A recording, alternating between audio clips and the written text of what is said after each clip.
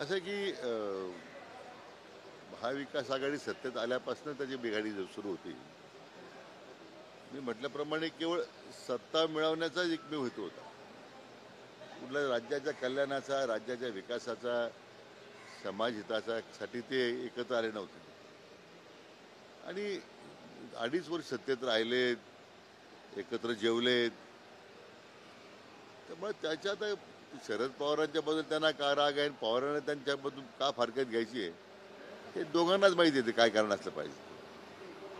काल सर्वोच्च न्यायालयानं ज्या लाडकी बहीणसारख्या योजना असेल त्याच्यावर ज्या ती नाराजी व्यक्त केलेली आहे. एक परजीवींचा गट निवडणुकीच्या आश्वासनाच्या निमित्तानं तयार करता का अशी खंत व्यक्त केली आहे. नाही, आता माननीय सर्वोच्च न्यायालयाने जे काही मत प्रदर्शित केलं आहे त्याला वेगवेगळे कनोरे आहेत, पण त्याच्यावर मी भाष्य करणं उचित नाही. मला वाटतं जे काही राज्य सरकारच्या कल्याणकारी योजना जे सुरू आहेत, देशामध्ये सुरू आहेत, शेवटी त्यात आपल्याला लोकांच्या हितासाठी, त्यांच्या कल्याणाकरताच आपण सुरू केलेले आहेत. मला वाटतं मान्य सर्वोच्च न्यायालयाने त्याच्या संदर्भात जे निष्कर्ष नोंदवलेले आहेत त्याचा कॉन्टॅक्ट काय मला कल्पना नाही त्याची. ते असे म्हणाले की या योजनांमुळे ग्रामीण भागात शेतीसाठी काम करायला मजुरी मिळत नाही, ही एक मोठी समस्या तयार होते. तुमचं काय ऑब्झर्वेशन आहे? नाही, वस्तुस्थिती मान्य सर्वोच्च न्यायालयाने जे निष्कर्ष नोंदवले ते बरोबर आहेत. कारण या सगळ्या फ्रीबीजमध्ये अनेक प्रश्न आहेत, शेतीमध्ये मजूर मिळत नाही किंवा अडचणी आहेत. पण मुद्दा असा आहे की शेवटी त्यासाठी योजना बंद करता येत नाही आहे. त्याला काही वेगळे पर्याय असू शकतात का, की काही त्याला ह्या सगळ्या योजनेतून काय अकाउंटेबिलिटी आणता येईल का, हा एक वेगळा पर्याय असू शकतो. पण मला वाटतं त्याच्यावर एक वायडर डिबेट होण्याची आवश्यकता आहे. ठाकरे गटाकडून ज्या कार्यक्रमाला विरोध होतो त्याच कार्यक्रमाला संजय दिना पाटील जात आहे. कशा पद्धतीने तुम्ही पाहता? एकीकडे खासदार शिंदे गटाच्या संपर्कात आहे असं दिसतंय. हे खरं मला तर काय माहीत नाही कोण कोणा संपर्कात आहे.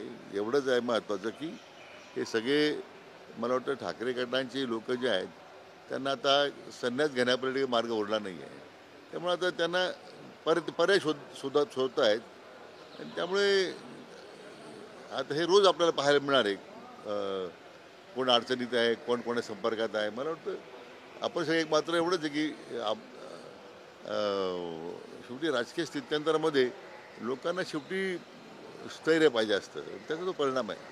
काल मुख्यमंत्र्यांना एका कार्यक्रमात बालभारतीचं पुस्तक देण्यात आलं, त्यावर मुख्यमंत्री असं म्हटले की छगन कमळ बघ अशा खूप आठवणी आहे.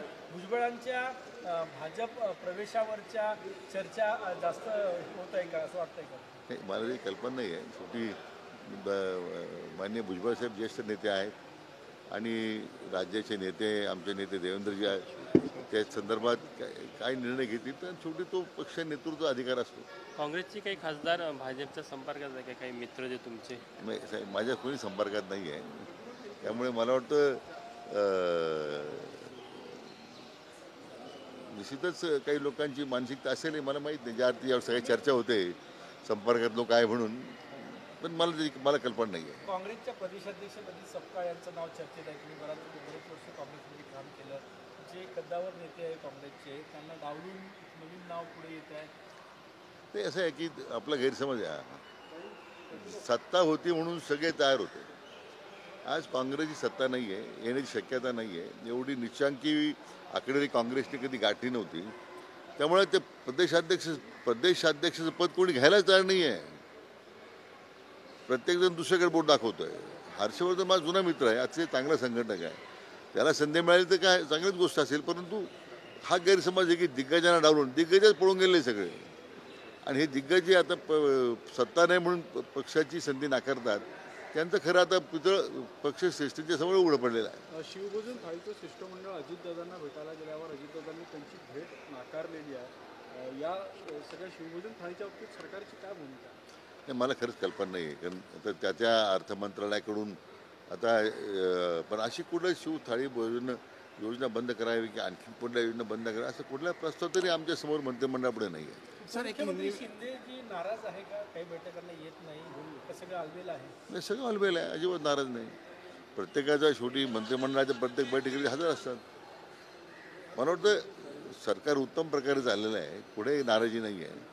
सरकार चांगला चालू असल्यामुळे काही लोक नाराज आहेत, हा त्याचं भाग आहे. सर हिंदी में बताइए कि सुप्रीम कोर्ट ने कहा है कि लाडली बहना जैसी योजनाओं को जिस तरह से लाभ दे रहे हैं उसकी उनकी आदतें बिगाड़ रही है, ऐसा सुप्रीम कोर्ट का जैसा कि माननीय सुप्रीम कोर्ट के टीका टिप्पणी पे जो उन्होंने उसमें ऑब्जर्वेशन दिया है उस पर टिप्पणी करने तो मुझे कोई अधिकार नहीं है, लेकिन उन्होंने जो बात कही उसको मैंने जो पहले कहा कि वाइडर डिबेट की ज़रूरत है, उसके पॉजिटिव एंगल से ही देखना चाहिए।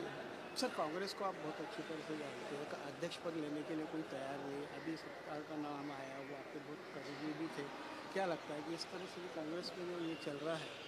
नहीं, ऐसा है कि मैंने वही कहा कि किसी भी हालत में सत्ता में आना चाहिए, इसका उसको लेके 2019 में वो सत्ता में आ गए, यानी शिवसेना के साथ जो कभी उनकी पॉलिटिकल आइडियोलॉजी भी नहीं जमती थी उनको साथ में लेके सत्ता बनाई। अभी सत्ता चली गई, कई दिग्गज नेता हार गए, दोबारा चुन के आने की उनकी क्षमा उनकी अभी कोई चांस नहीं दिख रहा है, लेकिन इसलिए एक पार्टी अभी मेरे ख्याल से एक नया चेहरा देने की पहल कर रही है, क्योंकि सत्ता नहीं तो दिग्गज नेता भी भाग रहे पार्टी से। कांग्रेस की हालत और बदतर होने वाली है आने दिनों में। Thank you.